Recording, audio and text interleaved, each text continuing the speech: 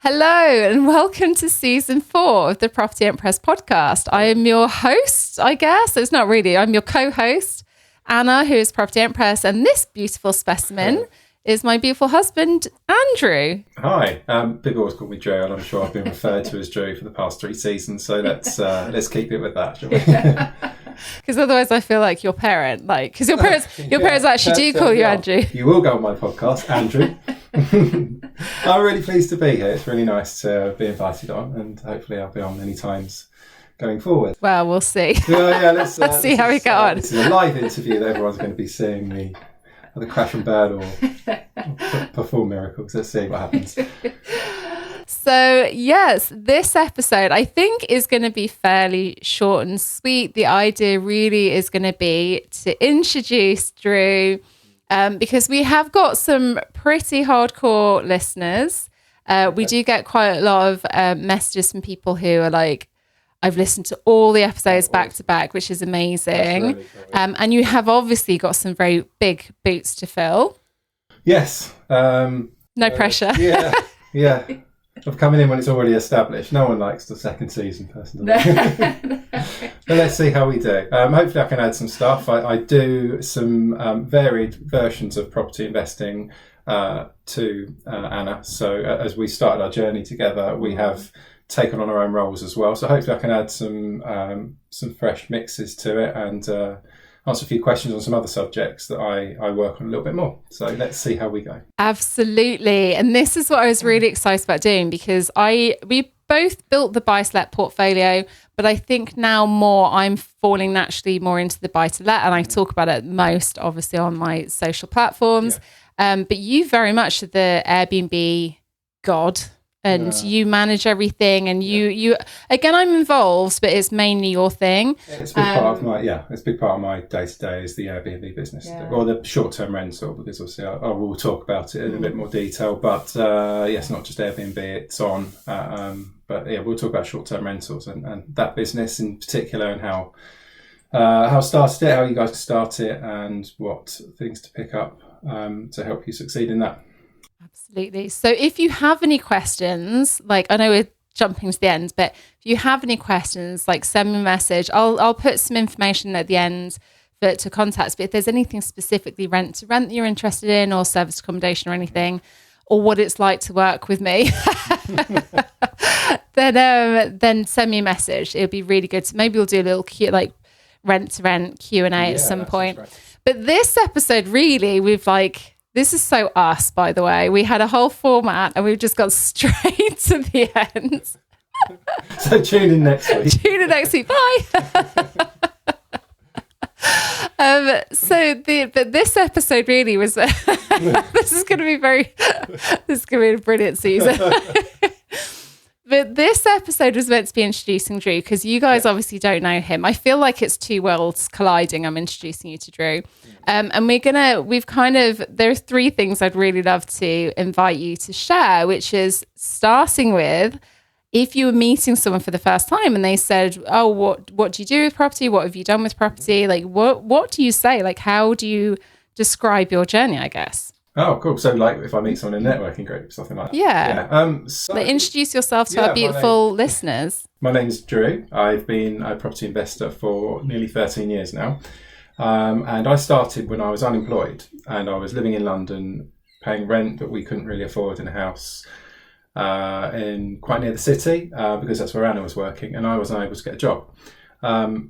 I came across, just in the newspaper, I think it was, just an advert for a property seminar in, the Excel Centre, a function where they had loads of stands of people were learning how to invest in property and own houses and rent them out.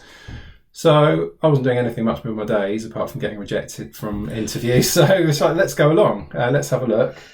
You had a study day that day, so I thought, well, we can go together. Once you've done your studies, of course. Yeah, I was going to say. I think they'll be okay with it now. We went along and just found a stall. We got to talk to quite a few people there, trying to get a feel of what was going on, how we could get started, whether it was the right thing to do, because it was just an idea at that point. But we met someone really comfortable to talk to, really helpful, and they talked us into perhaps, they said, well, we've got a 3-day, sorry, it wasn't a 2-hour, wasn't it? In fact, it was the first one was a 2-hour training. And they said, well, just come along one evening next week. It's on Thursday night. It's a hotel nearby. It wasn't too far from us. And come and learn a little bit more, and hopefully you pick up some things there.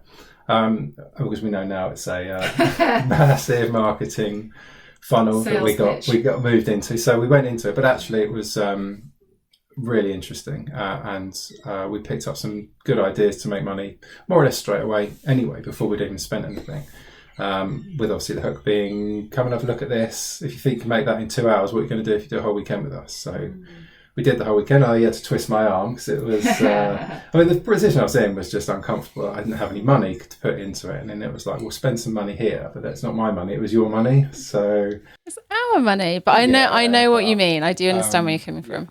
But you were really keen, so I was like, well, let's do this. Let's see where it takes us. And the weekend was unbelievable. So much stuff we learned in 3 days. And then obviously there was an upsell on that, but it was like, well, we've got to go on with this. This is something that's going to change our lives. It's going to map out what we do in the future and how we live. And it really, at that point in my life, was just turned 31, so I was just at a sort of settle down point. Still didn't know what I wanted to do in my life. Baby, at 31, it feels really young. At the time, we felt like we should have known what we were doing, but now it's like we were diddy. Yeah, it's a lot of people, my friends, working full-time jobs in London and around nearby, all really with a purpose, and I just didn't have that. But this was really, it was something I really wanted to do. The team were really enthusiastic and encouraging, and we wanted to be a part of that. So we did it, and we learned a number of different specific strategies, focusing mainly on getting started with... sorry, is my minute up? Oh no, go for it. Don't worry, I'm going to be editing this. So. Okay, good. You just cut the first bit and miss this bit out, and then do the bit at the end. Karen, it's interesting. Yeah, so we specifically went on a distressed property learning course, which was a weekend learning about how properties can be added, how you can add value to them, how you can buy them below market value, and how you can make money in the property market, big money, by doing that in a fairly short space of time, relatively. That was our first strategy, so it was a really important one that we went on. And then we'd learned buy-to-let as well, which was again something we then took on to the next level of our investing, which we still do today. And then we learned some more specific strategies about funding and structuring deals, commercial property, creative contracts, and the list goes on. Really, we've done so much in it over the years. But really, like doing the training courses, having a mentor, and really having someone who can guide us through step by step, who've done it before, who could, if we had any fears, that we could just bounce that back off them, and they would help us get through them. So we would make the right decision. So we know we were doing the right thing, even if we were a little bit frightened of doing it because we hadn't done it before. But it really took us about 12 months to get to the target. We'd set a 2-year target. We achieved it in a year. So we were able to move into phase 2 of our property investment journey, and that's where we built our buy-to-let portfolio, and that just gave us the breathing space to step back and start doing the things we wanted to do in our life, and that's really went from there. And more recently, my journey's moved into short-term rental, as Anna said earlier. That's kind of the business I mainly do now, and it's just another something I really wanted to learn. I knew that there was going to be good returns on it. It's a lot harder than I was expecting.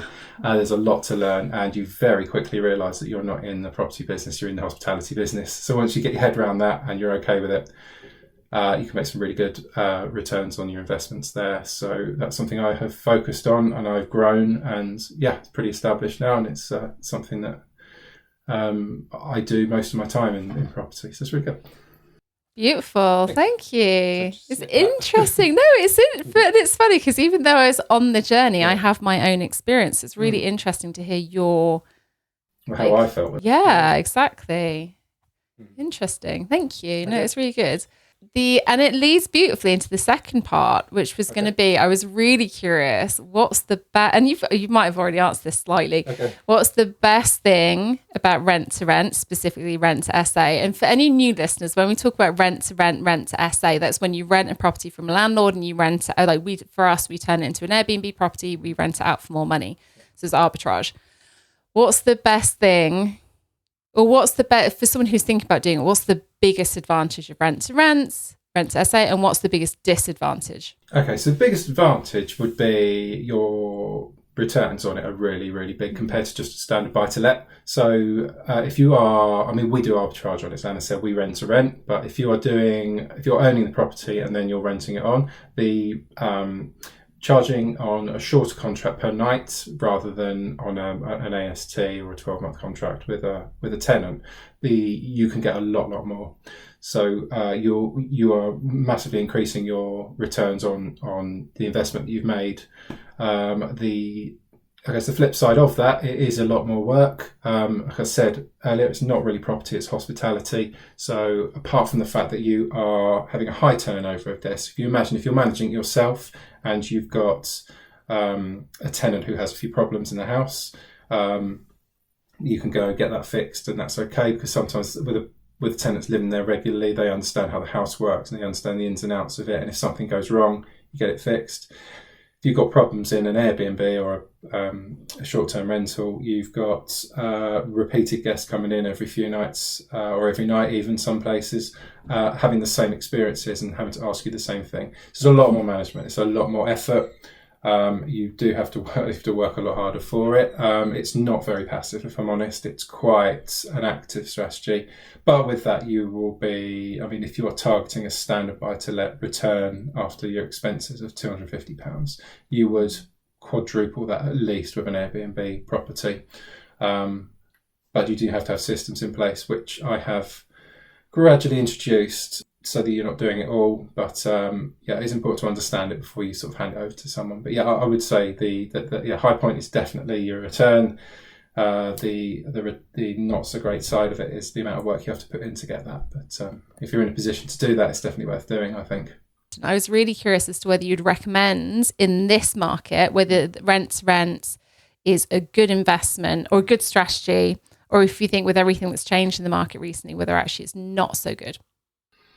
I still think it's a good strategy. At the beginning of the year, there was a lot of talk. If you watch a lot of social media stuff, you'll see people posting about Airbnb market's dead, and they're bringing all these extra rules, which is restricting people. It's like, do you know what? That's good. The more rules you have in there, the less cowboys you have renting out a spare room with no bed and no roof and stuff like that. And it's just the professionals then step forward, and as a professional property investor or a professional host can then do your job properly to the right guidelines, and it gets rid of those people who are not doing it that way.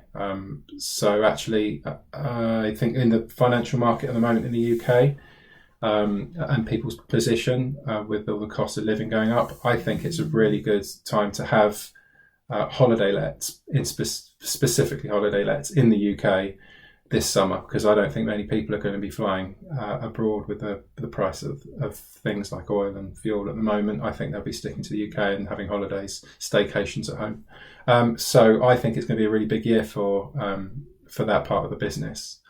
So I would, you're getting close to the jumping point for it. If you can find one in the next few weeks, then do so, because the summer market is going to be booming. So just make sure that you've got it all ready. Nice. Yeah, I would agree with that. I think it's a good strategy. I think we're going to talk probably in the next episode about the different strategies that work well and don't work so well in this market. And I personally agree. I think that it's very good. It's interesting to say about the holiday lettings as well, because we're more of a hotel alternatives than, I know we've got some that are kind of more holiday areas, but I would say really our strategy is more hotel alternatives. So it's interesting. Yeah. Well, the alternative is, it's a self-contained unit, so what a hotel doesn't offer is usually a kitchen, and that's the biggest selling point. So as long as the kitchen is fully equipped, guests are happy, and people will continue to book there. So that's kind of our position on the holiday let side. But I'm sure we'll talk about other strategies that I employ on this particular business as we go further into Well, if I get invited back, If we'll see. keep that one hanging, and then We'll and then your listeners never hear about it again. Final question was about the Property Empress podcast, and I would love to know. I did warn you I was going to ask this. I don't necessarily want the answer you gave me before as to why you're here, but why you are here, what you're hoping to bring, what your intention is. For the record, he said, because you asked me. Let's see. It was a mic testing joke that's not supposed to go out. So thanks for that. Let's see if there's a slightly better answer. Okay. Because you forced me. Because I force you, yeah. I'm really pleased to be here. It's I know this has been going on for over 2 years now. You've been doing it, haven't you? And you've built quite a loyal following, and you're still in touch with quite a lot of people who reach out to you from this. It's a really nice community, and the good thing about podcasting is people will seek you out and they will find you, and it's something they will be listening because they want to. And I like that. I like the fact that we are telling people stuff about property because they want to hear it. It's not like on social media where it can kind of just appear, and it's there whether you want to hear it or not. The podcasting side is people who come in, because I listen to podcasts quite a lot, and it's about people who you go and find that subject, and you find out what people are talking about on that subject, and who are the best people in that. And then you kind of feel like you get to know these people as well, and they become your friends, even though you've never met or spoken to some of these people.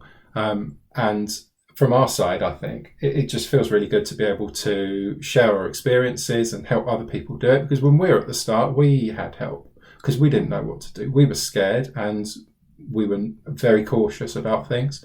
And there was a lot of, will it work? Is this going to work? You know, we put this money in from an investor and we don't know that it's going to come out the other side. So it's a risk. And sometimes it's just good to have someone go, don't worry, we've done this. You've checked your numbers. We've done this with you. You've talked it through. And we know that this is going to work at the other end. There's going to be someone else who's going to buy that house off you. Or there's going to be someone who's going to rent it. Or that the refurbishment is going to be what it costs, because this is how much it costs to do these things. All these things we just didn't know at the start. And we didn't have podcasts when we started. Not really. It was really in its infancy at around 2010. So this subject wasn't something we could just pick up and listen to while we were trying to learn it, or we were perhaps commuting or something like that. Well, not me, I wasn't working. Sit at home. Yeah, bum. Listening to stuff. Yeah. I think the doing podcasts is a really good way to reach out and help people. And but I've just been doing it myself. I don't talk to people very much. That's an understatement. It's quite nice. Actually, I should be handing over some of my knowledge and experience so other people can move on as well, because it's exactly what I did at the start. I was using other people's knowledge and expertise to get me started, and it's my turn now really to pass it on. And this is a brilliant platform to do it, because you guys want to hear. And definitely we'll find out, I guess, as it goes on. But yeah, that's the reason I'm here. Oh, that's really nice. Yeah. Thank you. And it's really funny because over the years, I have dragged you into TikTok lives, and I've dragged you into stuff, and he's always very reluctant. But as soon as the camera's on him, even though you don't like being the centre of attention, as soon as you start talking about property, it's just like... Yeah, well, it's just a passion, isn't it? Yeah. It is like, I've been doing it for so long. I wouldn't be doing it for nearly 13 years if I didn't like it. It has its ups and downs like anything does, but... like I said, I was 31 and didn't really find a purpose when I started, and this was it, and I'm still doing it now. It's the longest thing I've ever stuck at. You said something that I have found out fairly recently about Drew is the fact that you said that when you were kids, you wanted to have hotels. Yeah. I never knew that. You've been doing it 4 years, and you only told me that like in the last 6 months. It's really interesting. You kind of forget it though. I certainly, when I started doing it, didn't think about that. In all honesty, I went into short-term rental with a view for it being an extension of my property experience and to learn a new part of it, because it was quite hot when it started. It was really growing, and I wanted to get in with it. And that was... it didn't really occur to me till a little while after that I was hosting people and providing a service beyond just property. It was to make people feel at home, make them feel comfortable, provide stuff for them, be on call if there was anything that went wrong. And that's a bit like a hotel manager. And that was what I said. I think I must have been 9 or 10 when I said that. Because I was when you talk about it at school, the teacher goes around the class, what do you want to be when you grow up? And it was like, I'd like to run a hotel.